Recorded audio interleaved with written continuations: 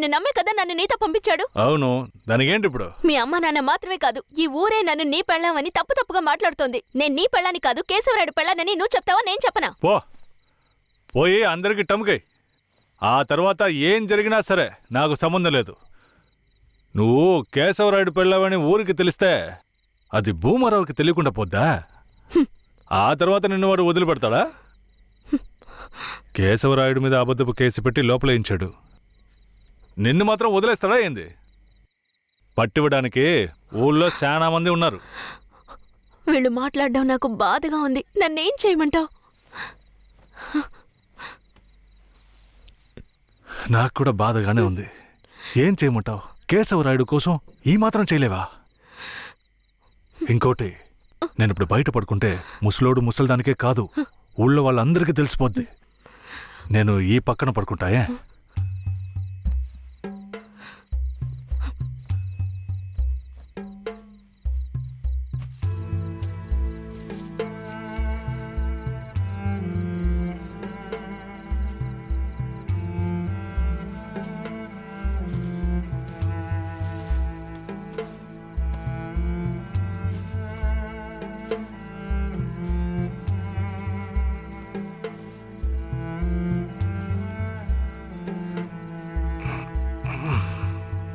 శారదాంబా, నువ్వేం దిగులు పడకు.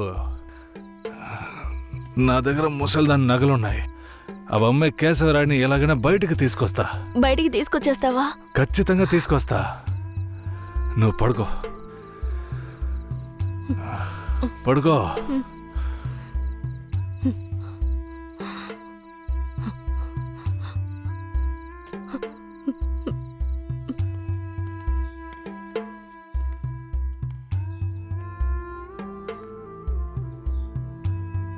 బెయిల్ ఏమైంది? భూమారావు నీ మీద 2 హత్య కేసులు పెట్టి నువ్వు బెయిల్ మీద కూడా బయటికి రాకుండా చేశాడు. 2 హత్యలా? అవును. ఒకటి వాళ్ళ మనిషి, ఇంకోటి శారదాంబ తాతయ్యను కూడా నువ్వే హత్య చేసినట్టు కేసు పెట్టాడు. ఏంటి? నువ్వేం భయపడకే. ఈయన పెద్ద లాయరు. ఓ 2 నెలలు ఓపిక పట్టు. ఆలోగా పోలీసుల్ని మాయ చేసి నిన్ను బెయిల్లో బయటికి తీసుకొచ్చి కేసుని మాఫీ చేసేద్దాం. అయితే పోయిరానా?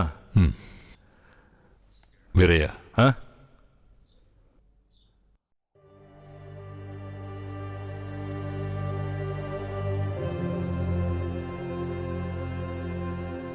శారదాంబ నీ ఇంట్లో ఉన్న విషయం భూమారావుకి పోలీసులకి తెలియకూడదు.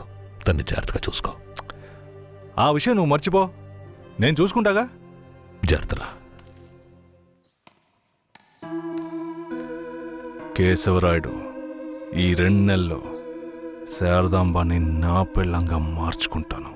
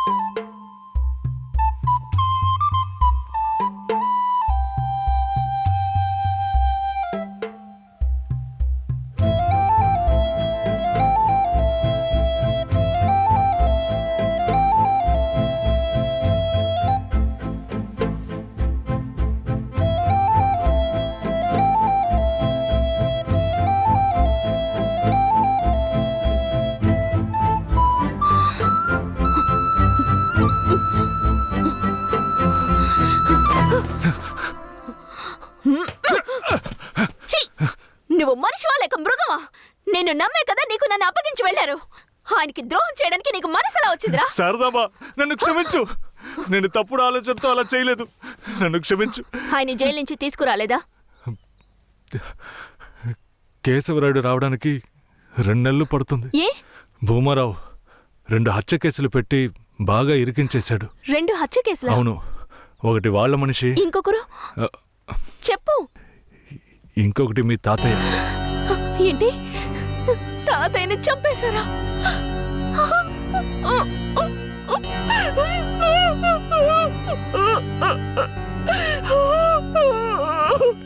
ఏడోకు శారదాంబ, నేనున్నాను. ఏడోకు.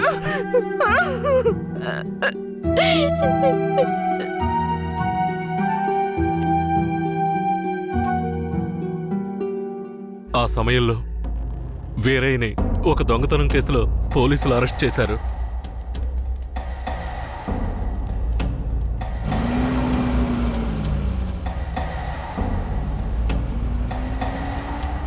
అతను జైల్లో ఉన్నప్పుడే శారదమ్మ వాంతి చేసుకుంది. ఆ, ఏందమ్మా పిల్ల వాంతులు చేసుకుంటుంది? చేయి సాపు. ఆ, నా బంగారు తల్లి, అంతా మంచి విషయమే. మన మనవడు పుట్టబోతున్నాడు, వెళ్ళి అందరికి తీపి తినిపించు. శారదమ్మ గర్భవతిని తెలియగానే ముసలోడు ముసలమ్మ ఉబ్బి తబ్బిబ్బయ్యారు. వీరయ్య జైల్లోంచి 2 నెలల తర్వాత రిలీజ్ అయ్యి వచ్చాడు. వీరయ్య, కేశవనాయుడు ఊర్లోకి వెళ్ళాడు. నువ్వు ఇప్పుడే వస్తున్నావా?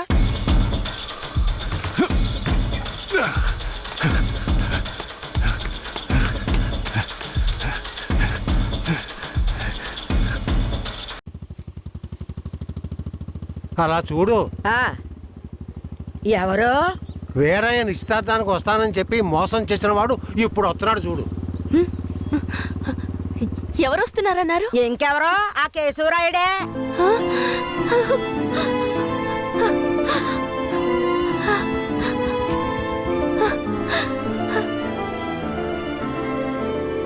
ఆడొద్దంటే ఇదెందుకు పరిగెడుతుంది?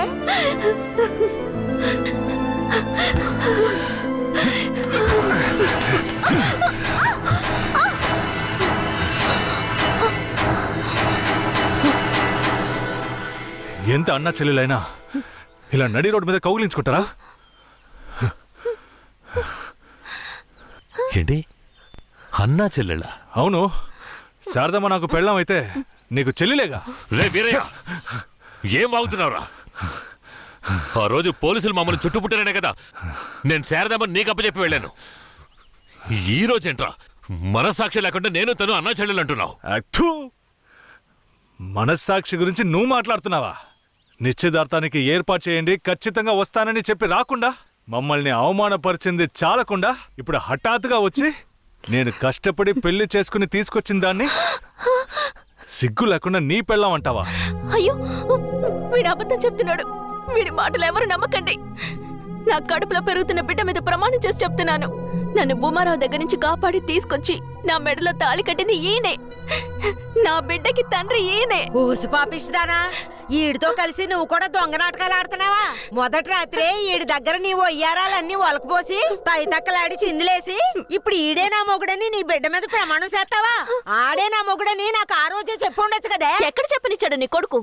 నువ్వు కేశవరాయుడు పెళ్ళానివని మా అమ్మ నాన్నలకు కూడా తెలియకూడదు. తెలిస్తే భూమారావు వచ్చి గొడవ చేస్తాడని వీడు నాతో చెప్పాడు. వీడు చెప్పింది నిజం అనుకుని నేను భయపడ్డాను. లేదంటే అప్పుడే చెప్పేదాన్ని. ఏంటి కొత్తగా కథలు చెప్తున్నావు? ముందు లోపలికి రావాలి.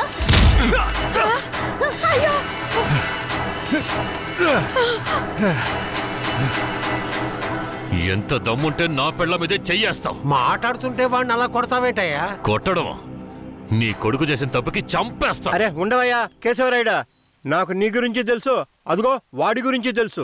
కానీ జరిగింది ఏంటంటే ఆ పిల్లని పెళ్లి చేసుకుని వాడే తీసుకొచ్చి ఇన్నాళ్ళు ఇంట్లో ఉంచుకున్నాడు. కానీ పెళ్లి చేసుకునేది నేను. అది సరేనయ్యా, నువ్వే కావచ్చు. కానీ ఈ పిల్ల పెళ్ళైన రోజు నుంచి నీ పెళ్ళామని ఇక్కడ ఎవరికైనా చెప్పిందా? అమ్మా ఏంటమ్మా అలా చూస్తున్నావు? చెప్పమ్మా. ఇప్పుడు వాడే కాదు, ఈ ఊరే ఈ పిల్లని వీరయ్య పెళ్ళాం అనుకుంటోంది. ఇప్పుడు నువ్వు వచ్చి ఈ విధంగా చెప్తే మేమేది నమ్మాలయ్యా? అంటే ఈ ఊళ్ళో కేశవరాయుడి మీద మీకున్న నమ్మకం అంతేనా? అంటే నేను చెప్పేది మీరు నమ్మరు కదా? నమ్మకం లేక కాదు కేశవరాయుడు, కానీ సాక్ష్యం అంటూ ఒకటి ఉంటే వేరే చెప్పేది అబద్ధమైపోతుంది కదా. మీకు కావాల్సిన సాక్ష్యమేగా. అర్జున, అయ్యా వెళ్ళి ఆ పూజారిని తీసుకు. ఇదిగో తీసుకొస్తానయ్యా. రా చెప్పు. నన్నేం చెప్పమంటావు కేశవరాయుడు? పిల్లని తీసుకొచ్చింది వీరయ్య, వాడికి పెళ్లి చేసింది నువ్వు. ఇప్పుడు వాడి పెళ్ళాన్ని నీ పెళ్ళమని చెప్పమంటావా?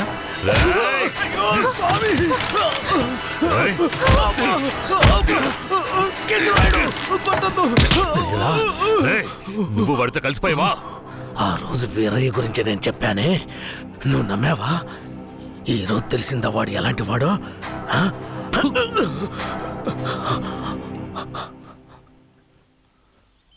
అవును, దేవుడి ముందు నుంచునేవాడు నిజమే చెప్తాడని అనుకున్నాను.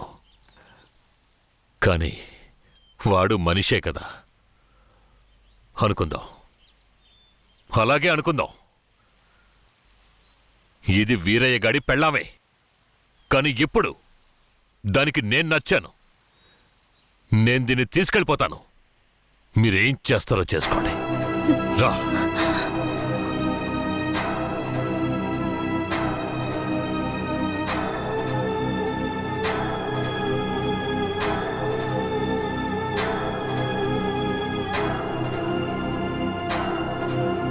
అయ్యా, ఏదీ దాచుకోకుండా అన్నీ చెప్పేశారు. సరిగ్గా అర్థం చేసుకోలేని మా ఊరోళ్ళు వీరయ్య పెళ్ళాం కేశవరాయుడయ్యతో లేచిపోయిందని తప్పుగా చెప్పారు. వీరయ్య కూడా ఆ సమయంలో పిచ్చి పట్టిన వాళ్ళ తయారయ్యాడు.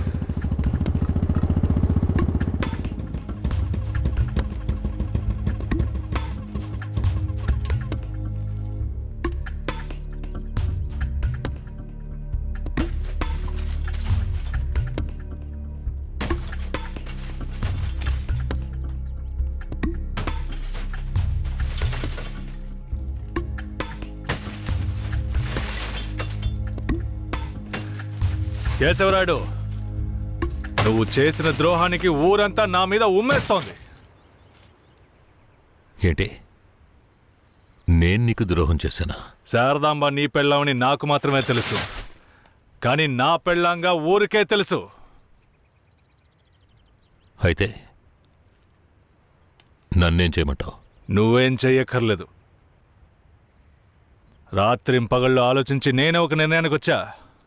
ఉంటే నువ్వు ప్రాణాలతో ఉండాలి, లేదా నేను ప్రాణాలతో ఉండాలి. రే, పోరా. ఏయ్!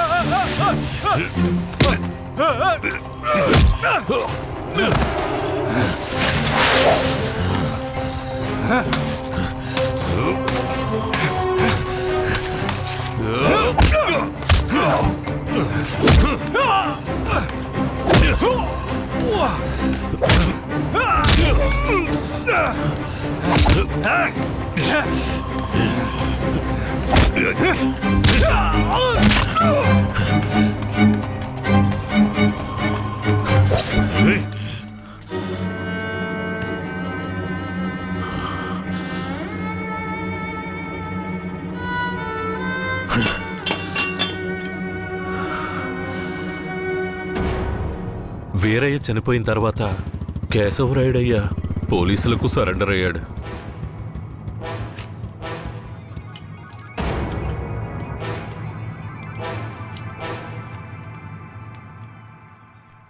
నన్ను క్షమించండి. అయ్యా, నీ మీదే తప్పు లేదయ్యా. అంతా వేరే మీదేనయ్యా తప్పు. నా కన్నబిడ్డ కంటే నిన్నేనయ్యా నమ్ముతున్నాను.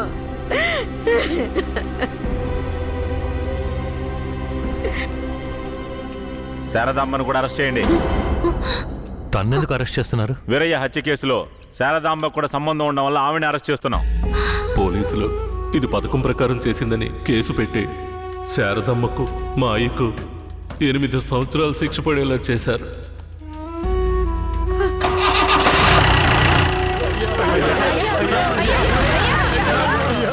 శారదమ్మకు జైల్లోనే ప్రసవం జరిగింది.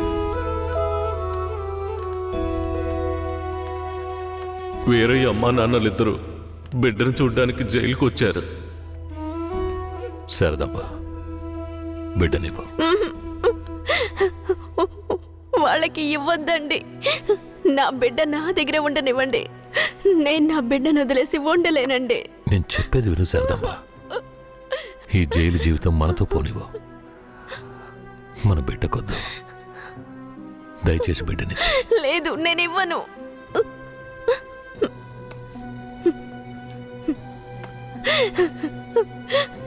ఏమండి, నా మాట వినండి. వద్దు, ఇవ్వద్దండి.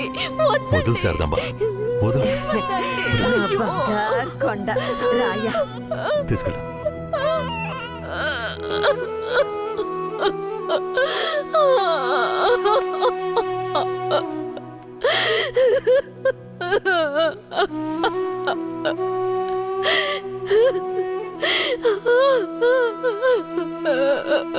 ఇరవై ఏళ్లుగా ఆ కేశవరాయన్ని చంపాలన్నదే నా లక్ష్యం.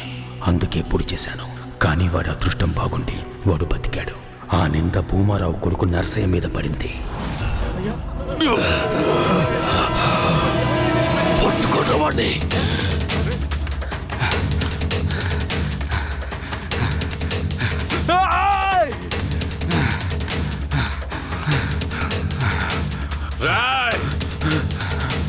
పట్టుకుంటామండి.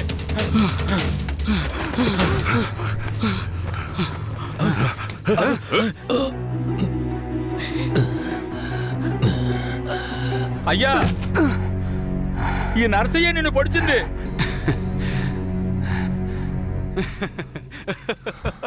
శారదమ్మ,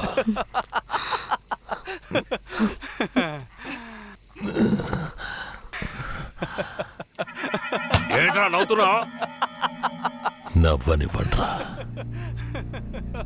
ఎలాగో పోతాడు కదా. నేను పోవడం గురించి నవ్వడం లేదు కేశవరాయుడు. నీ చావు గురించే నవ్వుతున్నాను. ఎంత పొగరా నీకు? అన్న దగ్గరికి వచ్చి అన్ననే పేరు పెట్టి పిలుస్తావా నిన్ను? రేయ్, మీ అన్నయితే పెద్ద తూప, చావుకు భయపడేరా. మా నాన్నని నువ్వు చంపావు. ఏమన్నా నేను చావుకి భయపడ్డానా? రేయ్, నేను చావు కడుపున పుట్టిన వాణ్ణిరా. నాకు చావంటే భయం లేదు. మీలాంటి వాళ్లతో బతకడం అంటేనే భయం. మరెందుకురా మా నాన్నను నువ్వు చంపావు? ఏ నీకు తెలీదా? దొంగగా బతకడం ఇష్టం లేకే బొగ్గు మోట్లు మోసుకుని బతుకుతున్నాం. ఆఖరికి అది కూడా మీకు పోలీసులకి నచ్చలేదు. బొగ్గులోడుతో వెళుతున్న నా లారీలో నాటు తుపాకీలు దాచిపెట్టి నక్సల్స్కి ఆయుధాలు సప్లై చేశారని కేసు ఫిరాయించి ఇరికించాడు చూడు. అందుకేరా నీ బాబుని నా మనిషితో చంపించా. ఎప్పుడు మా నాన్న చావుకి నువ్వు వెలకట్టావో అప్పుడే నీ చావుకి నేను వెలకట్టానురా. ఏంట్రా వాగుతున్నావు? అన్న కొట్టిన దెబ్బలకి బుర్ర పాడైపోయిందన్న, అందుకే వాగుతున్నాడు. నేను వాగడం లేదు కేశవరాయుడు, నేను వాగడం లేదు. నిజంగా చెప్తున్నాను, నేను నిన్ను పొడవలేదు. మరి నన్ను పొడిచిందెవరు? అది నేను చచ్చినా చెప్పను. నిన్ను చంపాలన్న కసి నాకంటే వాడి కళ్ళలోనే ఎక్కువ కనిపించింది. నేను నిన్ను చంపకపోయినా వాడు ఖచ్చితంగా చంపేస్తాడు. అంటే నువ్వు పొడవలేదు? ఎవరో చెప్పరా? చెప్పరా. నువ్వు పెద్ద కేశవరాయుడు కదా, నువ్వే కనిపెట్టా.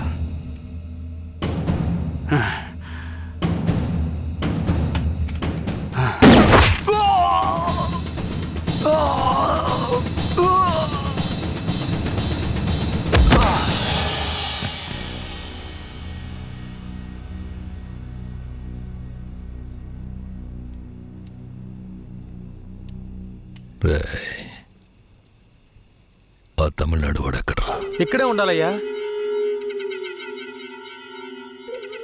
పోండ్రా, వాడెక్కడున్నా వాడిని పట్టుకోండి. రండ్రా.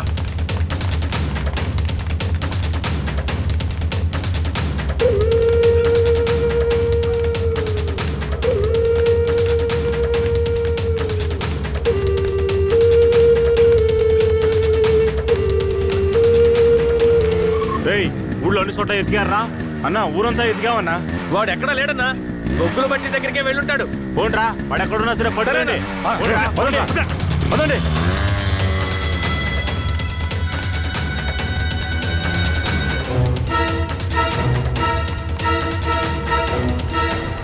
రే అన్ని చోట్ల ఎదుకరా వాడెక్కడున్నా సరే మనం వదిలిపెట్టకూడదు. రండి రండిరా పదండ్రా.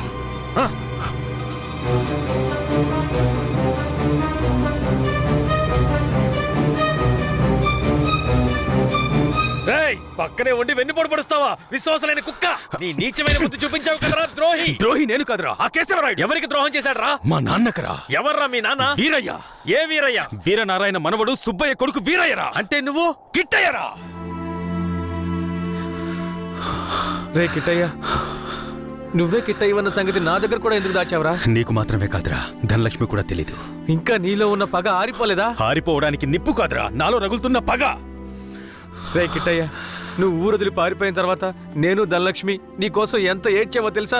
నువ్వు తప్పకుండా తిరిగి వస్తావని ధనలక్ష్మి ఎప్పుడూ చెప్తుండేది. అవును, ఇంతకాలం ఎక్కడున్నావు కిట్టయ్య? మీ తాతయ్య నానమ్మ ఎక్కడా? జీవితంలో అంతా అయిపోయింది, ఇవే ఆఖరి రోజులు అనుకున్నప్పుడే నిన్ను ధనలక్ష్మిని చూశానురా. పగ కోసమే ఈ జీవితం అనుకున్నాను, కానీ ధనలక్ష్మిని చూశాకే జీవించాలనిపించింది. ధనలక్ష్మి దగ్గరికి వెళ్ళి అన్నీ చెప్పి ఇక్కడికి తీసుకొస్తాను రా. వద్దురా, వెళ్ళొద్దు. ఏరా? ఈ మొహం చూడరా, తన ముందుకి ఈ మొహం పెట్టుకుని ఎలా రాను? నా జీవితంలోకి మంచి రోజులు రావాలంటే ఆ కేశవరాయుడు చావాలి. రే కిట్టయ్య, ఈ విషయం ఎవరికి చెప్పనని నాకు ప్రమాణం చేయరా. నా వల్ల కాదురా. రే ఉప్పల్ నాయుడు. అయ్యో, నేను ఎవరికి చెప్పకుండా ఉండలేనే. ఏం చెయ్యాలి? ధనలక్ష్మికి ధనలక్ష్మికి చెప్పనా? వద్దురా, ప్రమాణం చేయరా. ప్రమాణం చేస్తున్నాను. రే ఏంట్రా? జాగ్రత్త. ఎవరికి చెప్పనురా. ఏం చెయ్యాలో అర్థం కావట్లేదే. రే ఉప్పల్ నాయుడు. ఒట్టేం చేసుకున్నాడే. అయ్యో.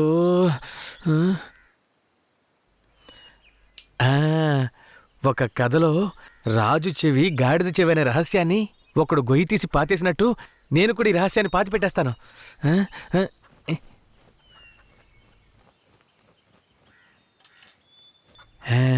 ఇప్పుడు మన ఊరికి వచ్చాడే రుద్ర. వాడు ఇంకెవరో కాదు, మన ఊరు నుంచి పారిపోయిన వీరయ్య కొడుకు కిట్టయ్య. మొన్న శ్మశాన జాతరలో కేశవరాయుడిని కత్తితో పొడిచింది వీడే. ఈ నిజాన్ని నేను చెప్పేశాను. అమ్మయ్యా. ధనలక్ష్మి, నువ్వెప్పుడొచ్చావు? నువ్వు గొయ్యి తవ్వేటప్పుడే వచ్చాను. నేను ఈ విషయం నీతో చెప్దామనే మీ ఇంటికి వచ్చాను, కానీ నేనే కిట్టయ్యనని ఎవరితోనూ చెప్పొద్దని నా చేత ఒట్టేయించుకున్నాడు. నేను ఇప్పుడు కూడా మాట తప్పలేదు, ఈ గుంటకే చెప్పాను. కానీ నువ్వు వినేశావు. వాడు మనసు కరిగిపోయేలా ఒక మాట చెప్పాడు. పగ కోసమే ఈ జీవితం అనుకున్నాను, కానీ ధనలక్ష్మిని చూశాకే జీవించాలనిపించింది అని. ధనలక్ష్మి, ఇక మీదట వాడు మారిపోతాడు. వాడు ఊరు నుంచి వెళ్ళిపోయేలోపు ఒక్కసారి నిన్ను చూడాలంటున్నాడు. వాడు వెళ్ళిపోవాలా ఉండాలా అన్నది నీ చేతిలోనే ఉంది ధనలక్ష్మి.